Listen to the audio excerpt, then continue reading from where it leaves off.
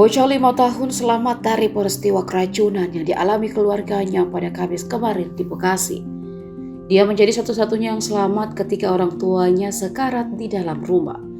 Saat ditemukan tetangga, bocah yang bernama Risti itu tampak ketakutan.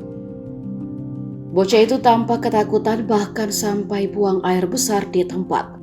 Informasi itu disampaikan Ami, salah seorang tetangga korban yang tinggal di Kelurahan Ciketing Udik, Bantar Gebang, Kota Bekasi. Sebagaimana diketahui dari 5 orang yang ada di lokasi, hanya bocah itu yang ditemukan dalam kondisi sadar. 4 orang ditemukan dalam kondisi sekarat di lokasi yang berbeda.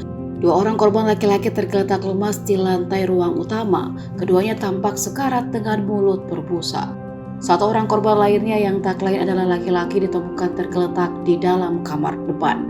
Sementara 1 perempuan ditemukan di kamar belakang dengan kondisi juga lemas. Adapun identitas para korban atas nama MD Soleh, umur 34 tahun, Yeni Nursada, 31 tahun, Ridwan Abdul Muiz, umur 20 tahun, dan 1 orang belum diketahui identitasnya.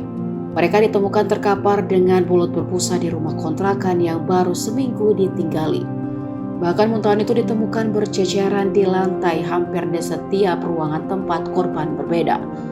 Awalnya Ami merasa curiga karena mendengar suara rintihan dari rumah kontrakan yang baru saja ditinggali warga asal Cianjur itu. Ia lantas bersama warga lain mendatangi rumah dan mendobrak pintu. Dari penemuan sekeluarga keracunan ini, 2 orang diantaranya tak bisa diselamatkan hingga akhirnya meninggal dunia. Sementara 2 orang saat ini sedang menjalani perawatan intensif di rumah sakit.